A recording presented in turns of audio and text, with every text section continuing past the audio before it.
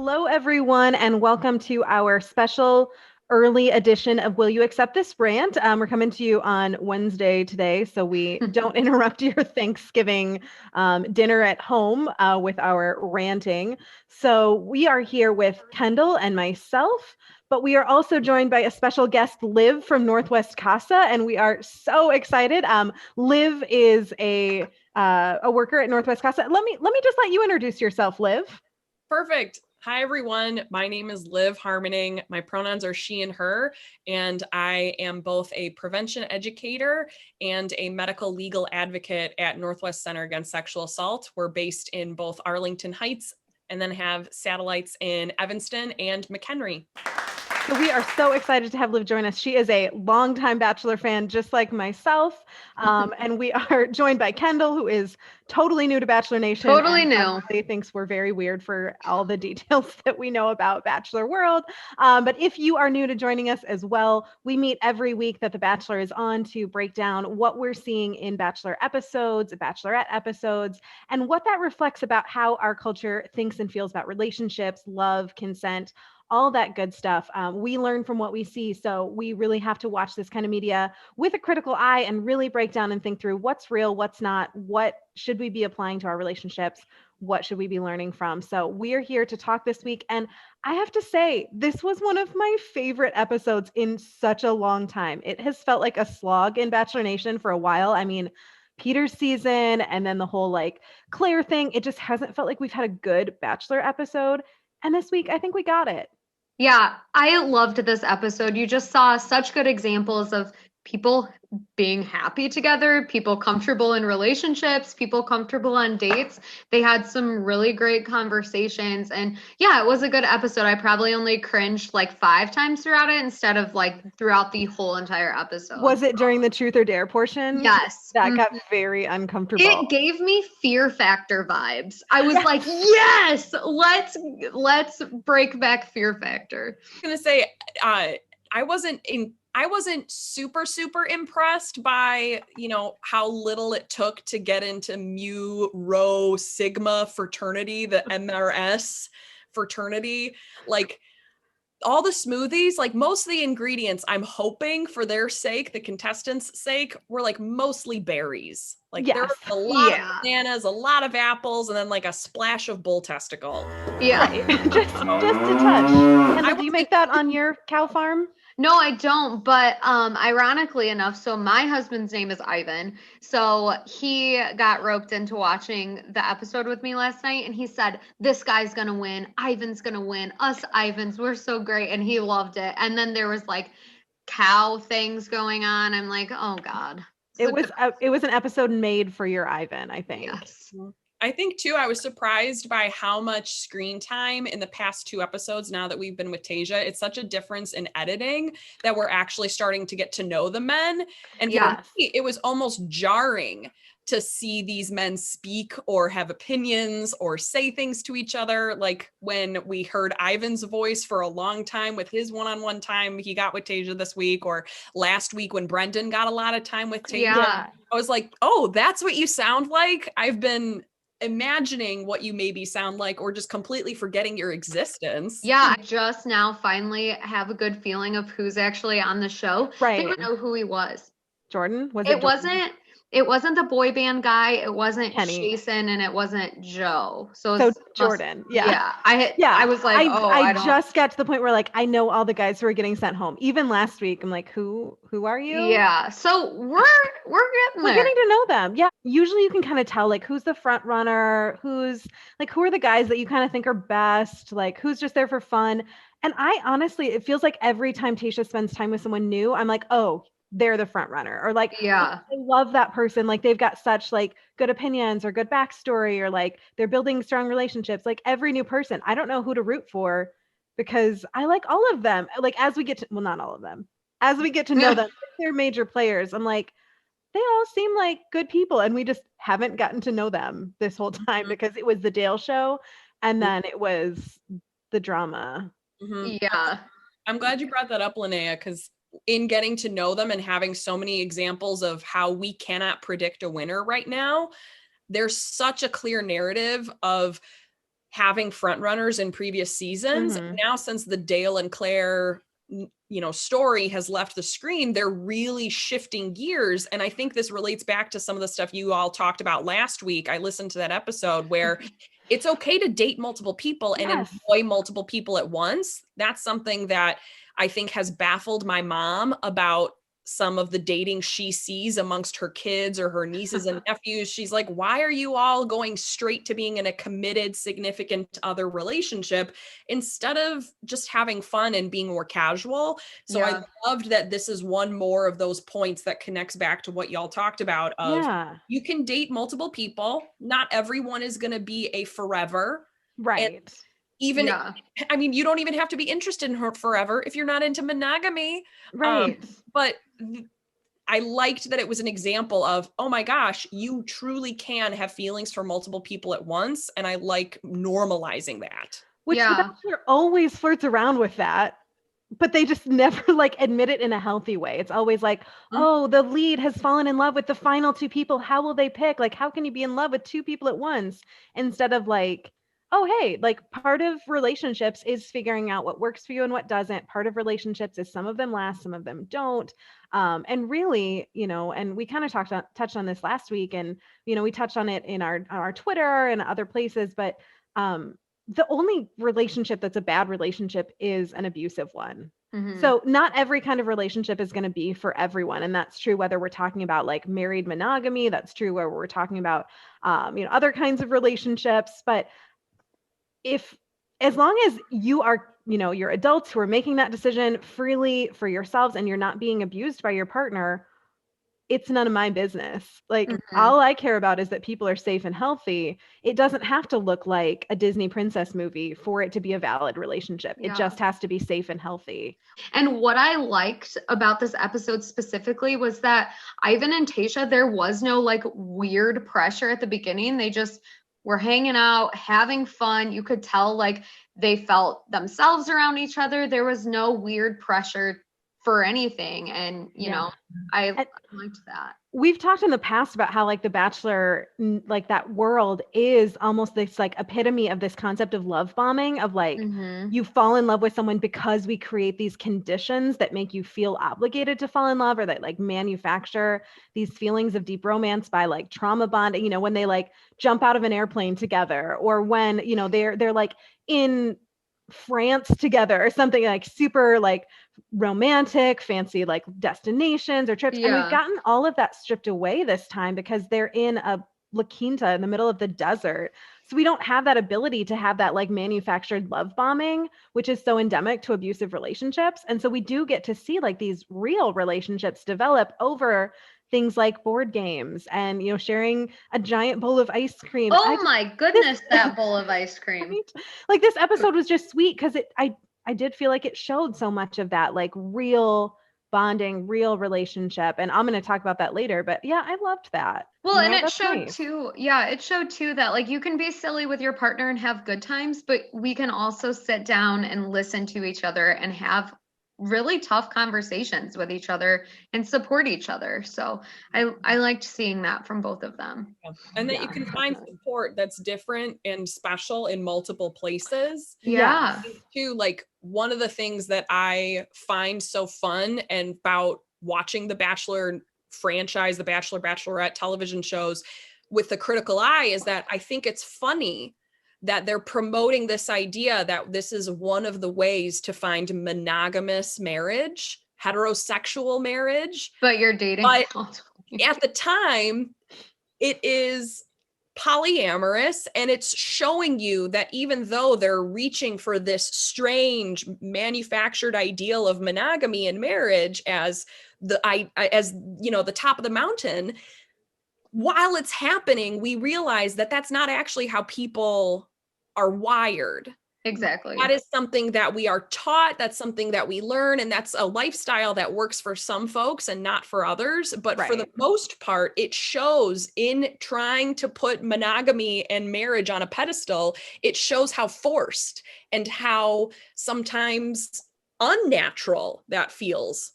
And we've seen that play out in the domestic violence side of our operations with, that pressure to stay married because you got married, you had this commitment, and there is so much pressure in our society that that marriage is the ideal relationship, that romantic love is the only kind of love that matters, and also that marriage should last forever.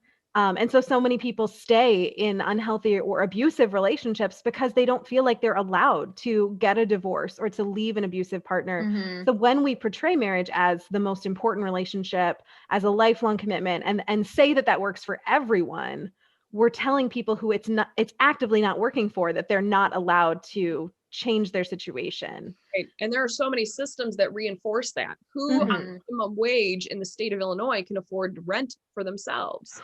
Right. Exactly. It's a huge chunk of your income that would go towards rent if you want to live in our areas, in the suburbs of Chicago. I could not afford rent working at a sexual violence space if I did not have a dual income household. Even in DeKalb, we're not the suburbs, we're not the collar counties. And even in DeKalb, I saw a research not long ago that said, I think you had to make like $19 or $20 an hour to be able to afford a 2-bedroom apartment in DeKalb. Like, I'm sorry, that is so far, like that's so far above even the minimum wage that people are fighting for. Yeah, like financially, there's systems that set that, religious systems, social systems, family systems.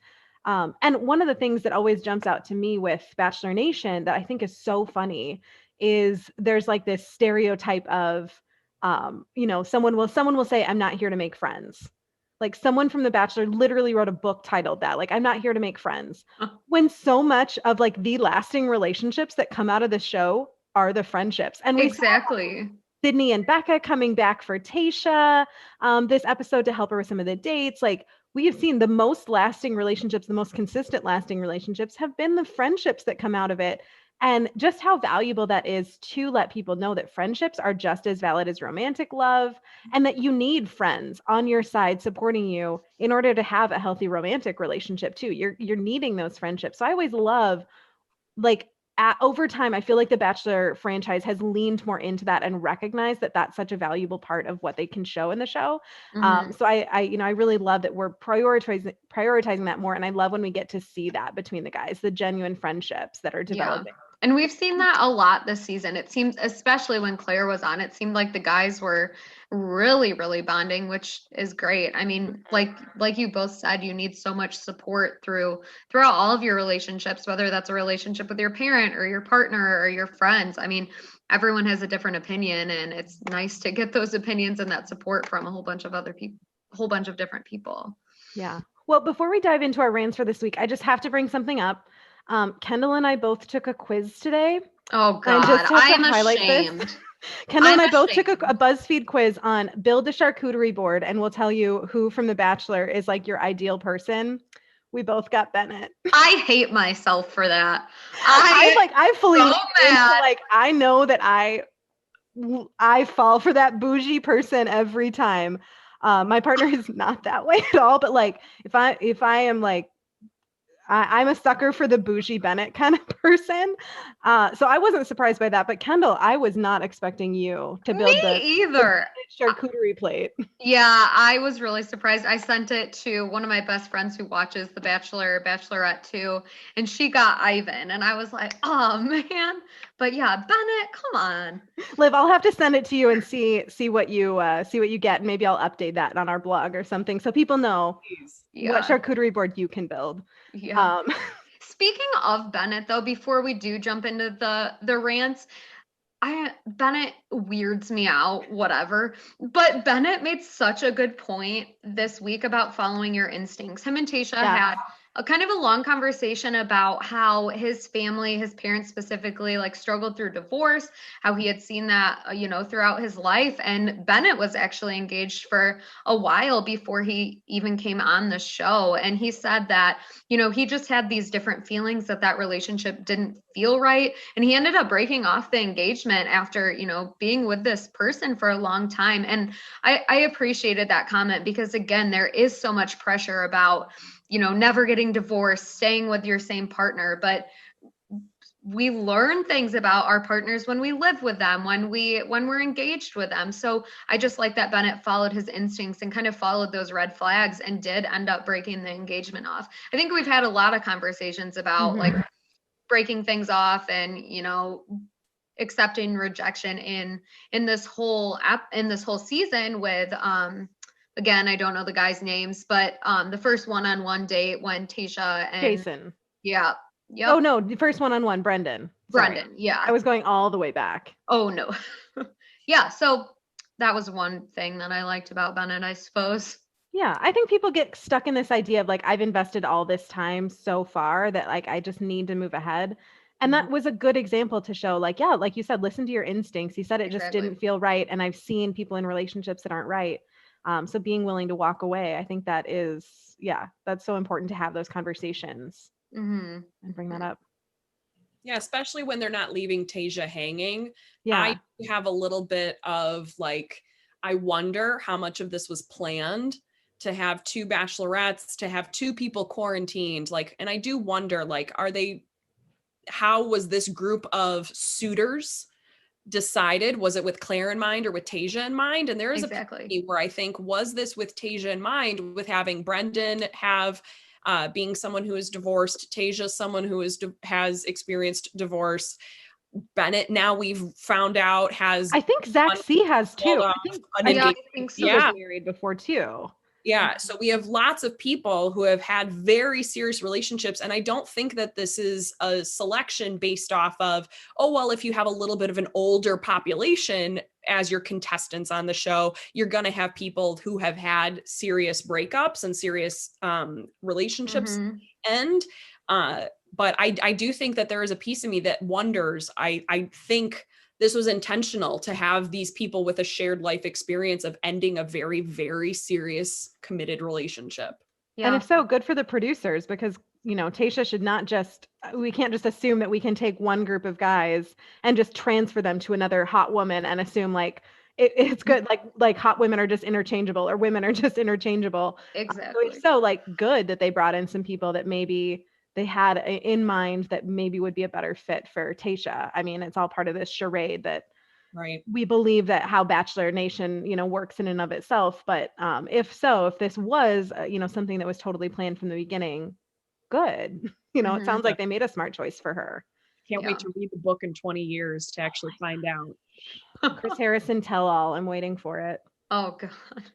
Also, I'm sorry. One more thing before we rant. Chris Harrison this episode.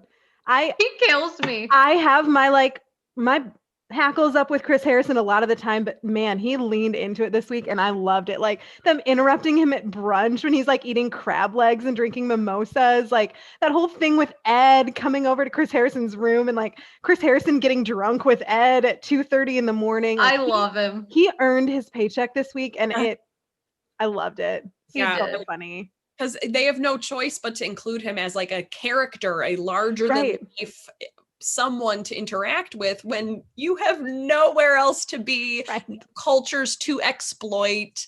You have to just stay here and be entertained by your one and only option, Chris Harrison. Yep. Oh yeah. We talked to a little bit before we started the video about, you know, giving the producers kudos for showing some of those hard conversations that we saw between Ivan and Tayshia. They had a big conversation about police brutality. Ivan shared some experiences that his brother had. His brother sounded like he served some time in prison, and Ivan and his brother had a really hard time with that. We saw conversations about George Floyd and Black Lives Matter and just the impact of the crap show that 2020 has been with the coronavirus. And, you know, we were all talking, and again, I'm so new to the show, but you know that those conversations happen and the producers never really show it. But they did. And I was proud of them for introducing those hard conversations, especially with the contestants this time around. Yeah, Liv, you had some thoughts on that. Why don't you dive in? I think that I feel like my level of excitement for those conversations is kind of altered by two things. One, is showing a conversation. I hope ABC doesn't think that this is, okay, I did the thing. Mm-hmm. Showing a conversation is not institutional change. Showing a conversation between two people is not hiring, promoting, and retaining Black creatives at your network. It's not going to make up for the fact that we're still celebrating that Tasia is the first Black or the second Black bachelorette, and she doesn't even get a full season. And we're about to have Matt as our first Black bachelor, and that is not diversity. Having 3 out of more than 30 contestants and more than 30 seasons, I think it's even greater than that. Over 18 years. Yeah. So I will be impressed when we see institutional change, because at this point I feel like it's just kind of lip service. And I also wonder, what were the conversations about what ends up on the cutting room floor and what ends up being in the episode? So I hope that, Ivan gave, Kendall, you brought this up, Ivan gave Tasia multiple times to say, hey, do you want to take a break from this conversation? Exactly. I don't remember his exact words, but he made it very clear that we don't have to talk about this and recognize that this was painful to discuss, even though it was sharing and vulnerable. But I wonder what was the conversation with Ivan, Tasia, and the production or the editing staff to say, hey, are you okay that we're going to show this on national television? Do we have the consent of your family? Do we have the consent of your brother, who you've now just outed as someone who has experienced incarceration as a Black man in America? So what were those conversations about consent? I think lots of people were talking about intimacy coordinators when the men were asked to strip during the dodgeball game, during Claire's portion of this season. But other than intimacy coordinators, what other kinds of consent opportunities are we having so that you can build this vulnerable and real relationship? Not talking about race is not an option for Black people, for people of color, for Indigenous people. So I'm hoping that they were given the opportunity to decide how much of that was shared and the agency to decide, you know what, this was something for just me and Tasia. This was something for just me and Ivan in this conversation, or that they said actively, yes, we want you to air this. It's important to us. And we're okay with that. Yeah, exactly.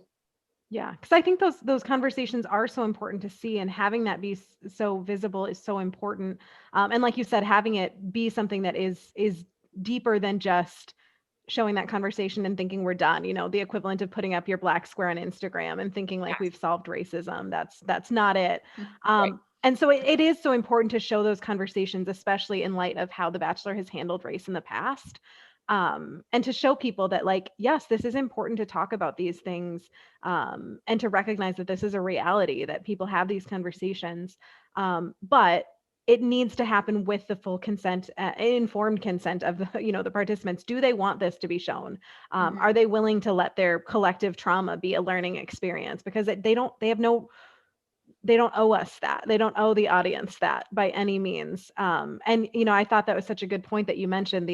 We've talked about, well, should we have these dates where contestants strip down? Should we have these dates where, are they really able to consent to, playing strip dodgeball or whatever it might be? But how often do we talk about getting consent for the emotional vulnerability that is so often seen in Bachelor Nation, and that is just as much as something we need consent for as physical vulnerability, and even more heightened when we add race into it, especially again in light of how Bachelor Nation and our country handles race. Yeah, and I would hope that the producers, ABC, whatever, I would hope that their mindset isn't, well, they've agreed to be on this show, so anything that they say and do, we can air live. I mean, it's the same kind of mindset as, oh, well, I'm in people who say like, oh, well, you're married to that person, so your marriage is your consent. No, you still, just because I married you doesn't mean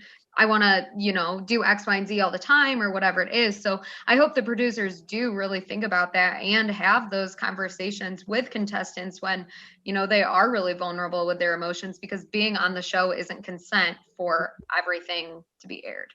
Right. At least I would hope Absolutely. not. Yeah, that contractual consent, we've already, we know that that's not a real thing in, when it comes to physical things, and I hope the show knows that that's not a real thing when it comes to sharing your trauma.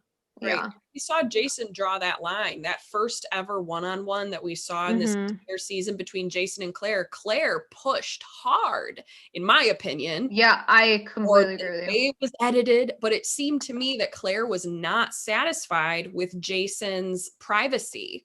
And with Jason's I hated that. Yeah. It just felt really insensitive and really off base, especially for someone who Claire seemed to lead the way with saying, I've done so much soul searching, I've done so much healing, I've done so much therapeutic work, and there's so much in Bachelor Nation, I feel, that weaponizes the language of therapy as a way to prove authenticity, and that you're not here for the Instagram sugar bear hair paycheck after you get voted off the island. Right. But really, I mean, especially when people talk about, we got that preview that Bennett next week is going to accuse Noah of not being emotionally intelligent. Shut up. Oh, yeah. Shut up. Yeah. It's become the new replacement for I'm nervous but excited. I want people to be vulnerable. I want people to be bold. I want people to lead with their hearts. Those kinds of. I want people to show up. Yes. Everyone shows up in different ways and with their boundaries intact, and that is okay. Exactly. All right, Kendall, I'm gonna rant about something happy. So why don't we just get the rest of the bad stuff out of the way? And do you want to talk about Noah? Yes, I hate Noah. I have not liked him from the beginning. I agree with the guys. When he even was coming on the show, I was like, ew, I hate him. He drives me nuts. One thing that really ticked me off yesterday was he just had that little smirk on his face when he was causing such an upset with all of the guys and with Tayshia. He just seemed like he really wanted to punish people. Like his motive wasn't, I'm going to tell Tayshia the things that are going on. Like, I want to protect her. I want to make sure like these guys are here for the right reasons. Like they always say, he just wanted other guys to like get punished from Tayshia. And she was rightfully so upset when she was talking to the guys, and he was just sitting back there with like this little crappy smirk. I hated it. And you know what else I hated about him? I feel very passionate about this. Will you accept this rant? Noah, man, Noah was just gaslighting all of the men. He was talking about he had mentioned that he was bringing up all of these issues to the guys individually about, different things that he had said. And not one of the guys remembered this conversation. Noah really was making them question their own sense of reality. And I hated that. He said, well, I have sat you guys down and talked with you about my feelings. So my next step, what I thought was right to do, was to go to Tayshia and talk. And the guys were like, no, you never sat down with us. You never did this. So I hate Noah. I hope he gets voted off next time. I agree. I mean, clearly it's coming to a Noah Bennett head to head. So we're going to have a 2-on-1 date, and both of them are going to get sent home. That's my guess. Both of them will get sent home. So. I sure hope so. I hate the immaturity of it. I want Bennett to stay. I would choose Bennett over Noah. Yeah, I would. Thank you. I do feel like though, like when we see this, and Kendall, if you continue to watch Bachelor, there is such a clear path to victory, and it never includes being in the midst of the drama. Oh no. Noah, Bennett. So Bennett literally said it last night. He's like, Noah, you're not going to end up with Tayshia. You're not going to get the final rose. And I was like, this might be the first time someone has called that out. But how many of them know that?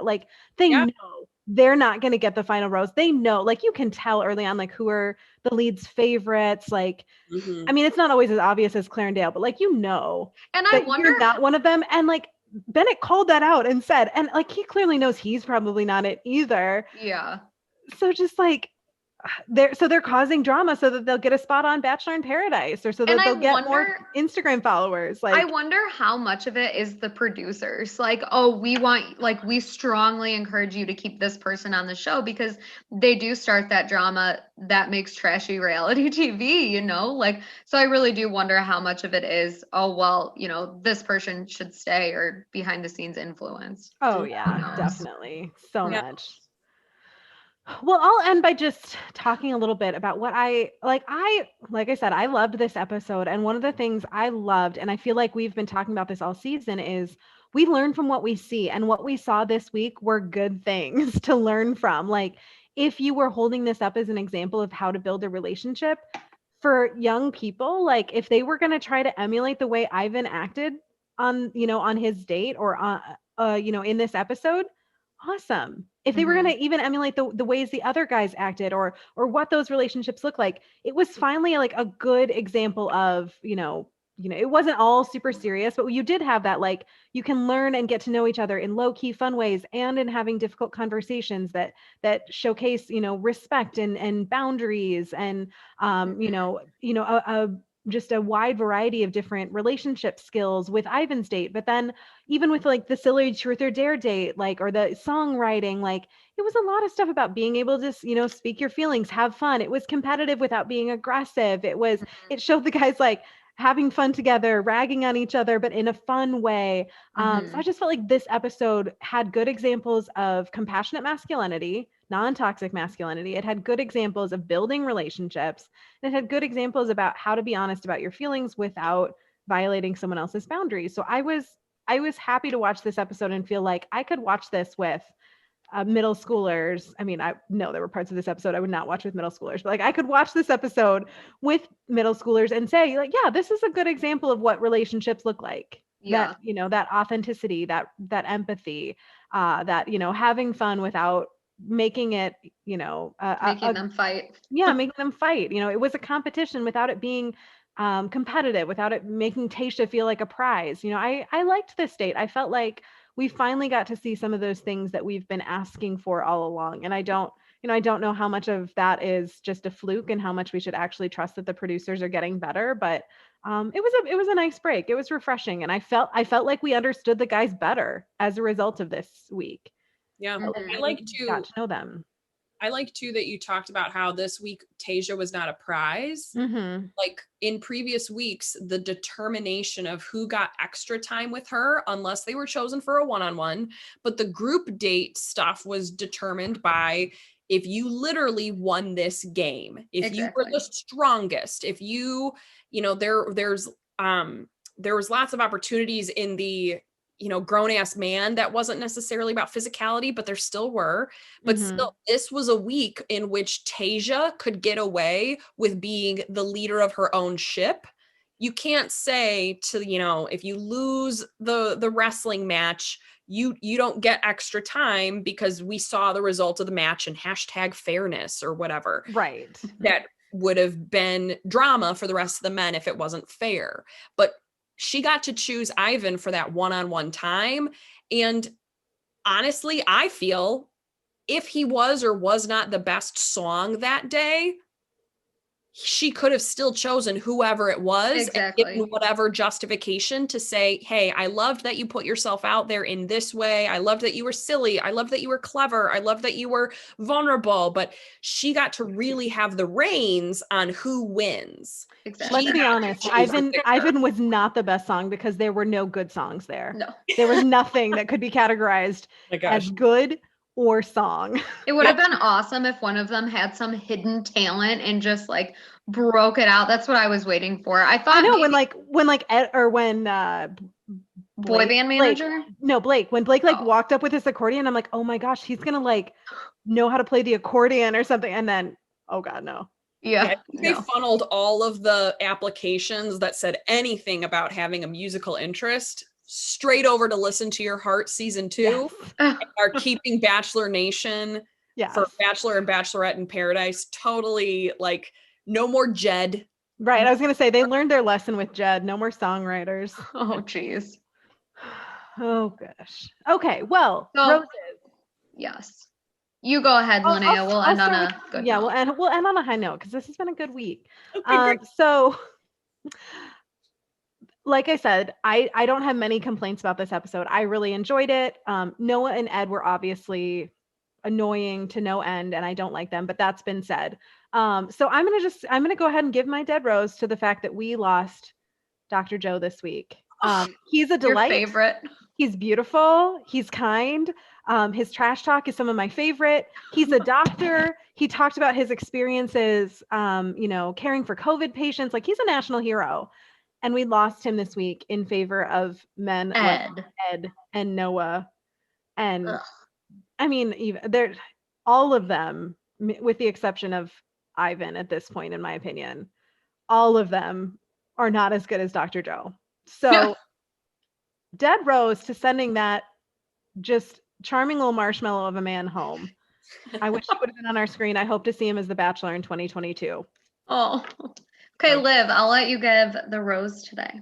Awesome. I will give my rose to Tasia because she's done this pretty consistently, and I think it's phenomenal that she gives validation and kudos to multiple men at the end of every group date before she gives the group date rose out. Mm-hmm. And I really think that is it kind of it shifts the narrative a little bit of the men always being in the dark and not knowing where they stand with her. And I also like that it's a public, she's saying it in front of the other men, like, hey, I liked what he did, and what he did.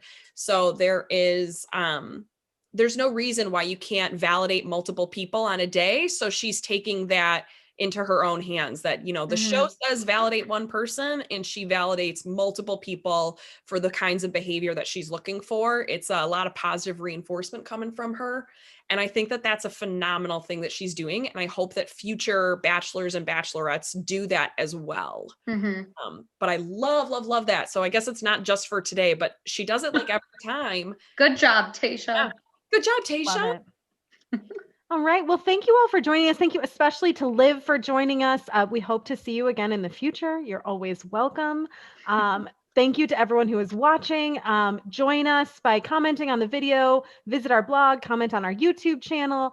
We'd love to hear your thoughts from this week, what you liked, what you didn't like, what your rants are about. And we hope to see you next week. Have a wonderful holiday week. Please stay safe, stay home. And we will see you next week for our next episode of The Bachelor.